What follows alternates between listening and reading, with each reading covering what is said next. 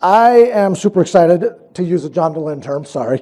I really am very, very excited about our next presenter. Years ago, I discovered how difficult meditation can be, but at the same time, just how therapeutic and healthy it can be. We are very, very fortunate to have Hollie Swapp with us today. Hollie is a newly out former member of the Mormon Church. Lifetime member, 4 children, she did it all. She was the Relief Society president, she was the primary president, she served a mission, she lived the Mormon dream, or nightmare, depending on how you look at it. COVID hit, and like many of us, she found herself with a lot of time on her hands and started down the proverbial rabbit hole. What makes Hollie unique is that she is a trauma survivor and has found a way of filling the void that kind of gets created in a lot of us when we lose our technical or formal spirituality. And she's found that yoga and meditation is a wonderful way of filling that void. So she's agreed to come up and speak to us a little bit about how we might potentially use those same techniques in our lives. And the cool thing is, she's actually going to walk us through a guided meditation today. So this should be a lot of fun. Thank you so much for being with us. Come on up, Hollie Swapp.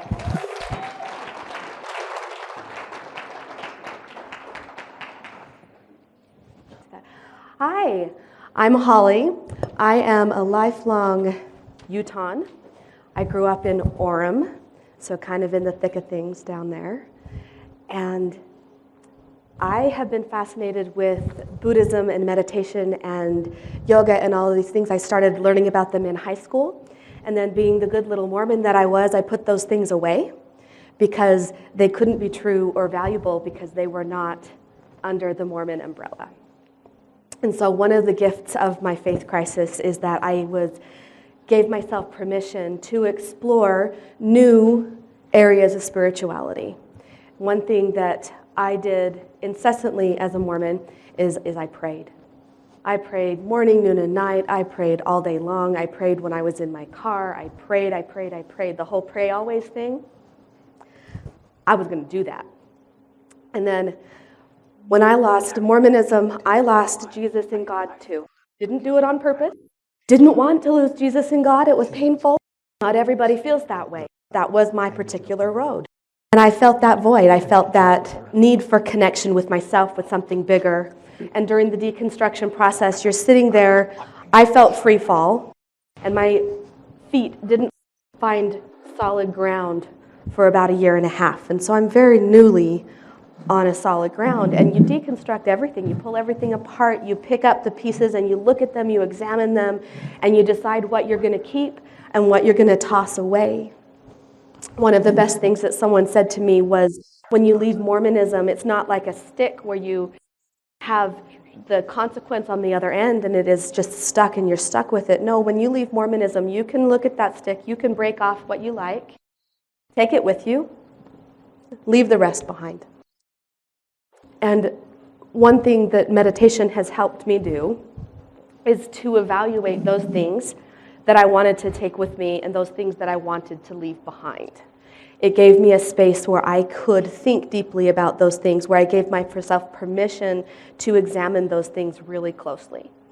Some benefits of meditation, and these have been studied in lots of different studies, so this isn't just me pulling stuff out of a hat. Stress reduction, anxiety control, better self-awareness. It lengthens the attention span. It reduces age-related memory loss. A greater and generation of kindness. It fights addiction. Improved sleep, controls pain, decreases in blood pressure. It's an accessible tool anywhere to help manage anxiety. It's improved resilience, increased patience and tolerance, which if we're in a mixed faith situation, having increased patience and tolerance with those who no longer see eye to eye with us, I find that important. And increased imagination and creativity in your problem solving. There's lots of different kinds of meditation. When I first thought of meditation, I thought of like the dude on the mountaintop in his little diaper sitting there being really all zen, twisted up in his pretzel seat, thinking of nothing, which is really hard, and that is one of the schools of meditation. That's the Transcendental meditation. But that's not the only kind of meditation that there is. In fact, most people, even those who say, well, I don't meditate, most people meditate, and they just don't realize it. Prayer is a form of meditation. In the shorthand, meditation, basically all forms of meditation, bring the body and the mind and the breath into the present moment and allow the observer of those things to pause and take a beat before reacting.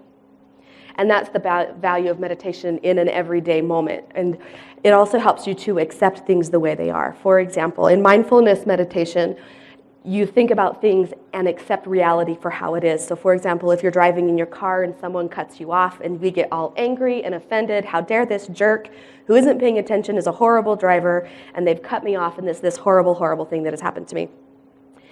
When in reality, all we know is that this person has cut us off. We don't know about their personal character.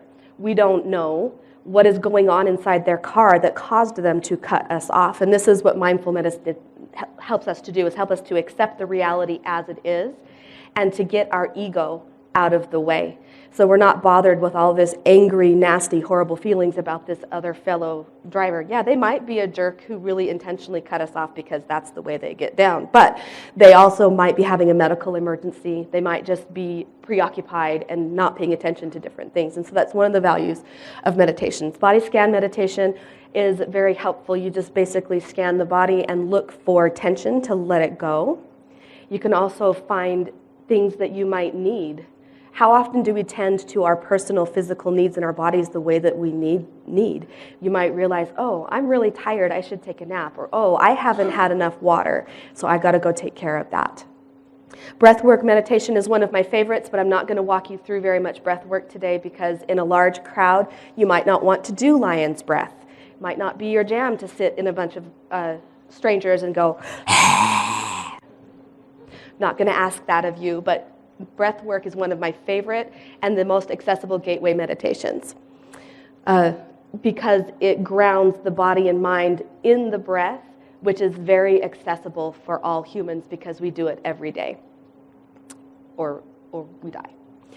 Visualization is visualizing how you want things to be or using the metaphor of different things that you imagine in your mind to access and release and process emotions. This is especially good for getting rid of shame and guilt.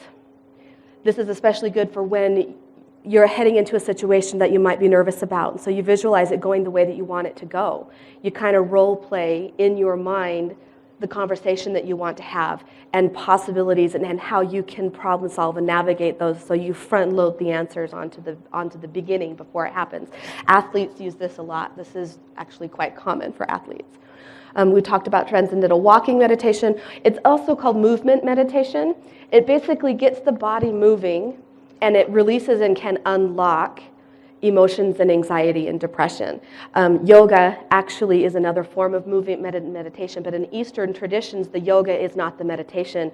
The practitioner of the Eastern tradition will do yoga to ready their mind and body for meditation. So it's kind of interesting in our Western world, we use yoga as the destination, whereas yoga is just the appetizer. Meditation is the entree. Mantra meditation, I use this one a lot. We live in Utah. We pass temples, we pass chapels, we pass all sorts of visual representations of the things that we have lost. And so I have created mantras for myself when I first was newly out. I can't leave my house without driving past 2 chapels and a temple. Can't get to the grocery store to get milk. It's just there. And so I started a mantra meditation for myself. Every time I passed a chapel, I would say, thank you for bringing me up, and thank you for letting me go. Because I'm glad to be brought up, and I'm glad to be passed on at this point, because I do feel, as painful as it has been, that I have leveled up. I am kinder, I am softer, I am less judgmental, and there is lots of good things that have happened as a result of the faith crisis. Loving kindness or a gratitude meditation is where you meditate on and put good thoughts. And so one of my favorite ways to do this is just a people watch. You sit and watch people go back and forth, and instead of making up dramatic stories about, ooh, this is a spy heading here, or this person's having a clandestine affair going there, you just focus on the people and think loving and kind thoughts about them intentionally as they walk on their way. A gratitude meditation is a similar one where you go through your day and just thank your day for the things that it brought to you. Okay. We're going to go ahead and do a meditation now. I'm going to walk through several of these. You'll notice, hopefully, as I go through, that I'll touch on several of these different kinds of meditation. And the reason I'm doing more than one kind of meditation is because for beginners, it gets really hard to meditate when you're not familiar. And I don't know you. And this probably isn't the reason you came today. You didn't come to hear me teach about meditation. It's beneficial. I think it could help. But I might say something that you don't agree with or that you don't like. It's okay. Let it go. Your brain and your mind is a muscle, and its job is to bring you thoughts. During meditation, you notice those thoughts and let them flow away without flowing away with them. And so if I say something that doesn't resonate, notice it, let it flow away. If you have an itchy nose or feel uncomfortable, don't feel like you have to sit there and just deal with it until the meditation's over, because that's just not going to benefit anyone. Scratch the nose, wiggle into a place of stillness, and so that you can find some place where it's comfortable for you. Okay, begin by just breathing in and noticing the breath as it comes in through your nose. Feel it expand in your belly. Take your hands and rub them together. Notice the sound, soft. Feel the warmth as it gets warmer. Come to a place of stillness, slowing the hands and resting them gently in your lap or on the table. Allow the shoulders to melt down the spine. Let go of any tension in your tongue and jaw. If you feel comfortable, soften your gaze or close your eyes. Notice the breath as it flows in, down into your belly, and then pause as it empties back out. As your body breathes in and out, find tension and release it.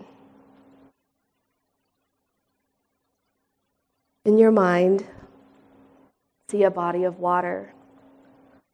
It flows and ebbs with your breath. There are stones that tumble and flow around. Let your breath be your anchor. If you get carried away with your thoughts, bring it back to your breath.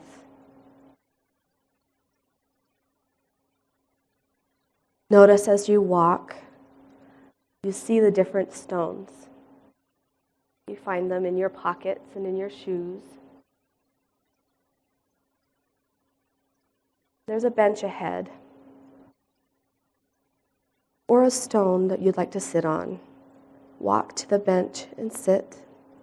Remove the pockets. Remove from your pockets the stones. Remove from your shoes the stones. Turn them over in your mind and in your hands. Some of the stones are gems and are beautiful, but they don't belong in your shoes. Some of the stones are sharp and dull and no longer serve you in any way. Sort through the stones, name them, you'll know what they are.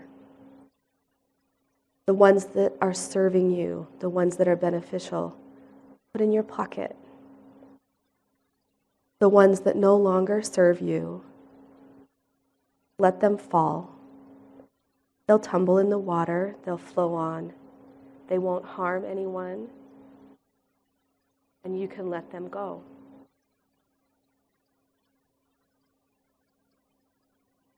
Keep your shoulders relaxed.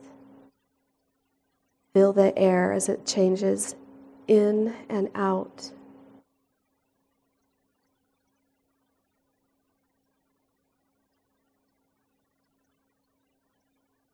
Think of everything that happened today that went right to get you here. Your alarm went off, had a reliable transportation, have a strong and healthy body. You had the means to purchase a ticket and to see on the internet or to other advertising to be able to come here. Many, many things have gone right in your life to bring you to this point. Things will continue to go right. Bring your awareness back to your breath. Bring your awareness back to your chair and to the room. Blink your eyes open. Thank you for letting me be a guide in your meditation, and I wish you well on your journey. Life is beautiful beyond Mormonism, and it's going to be awesome.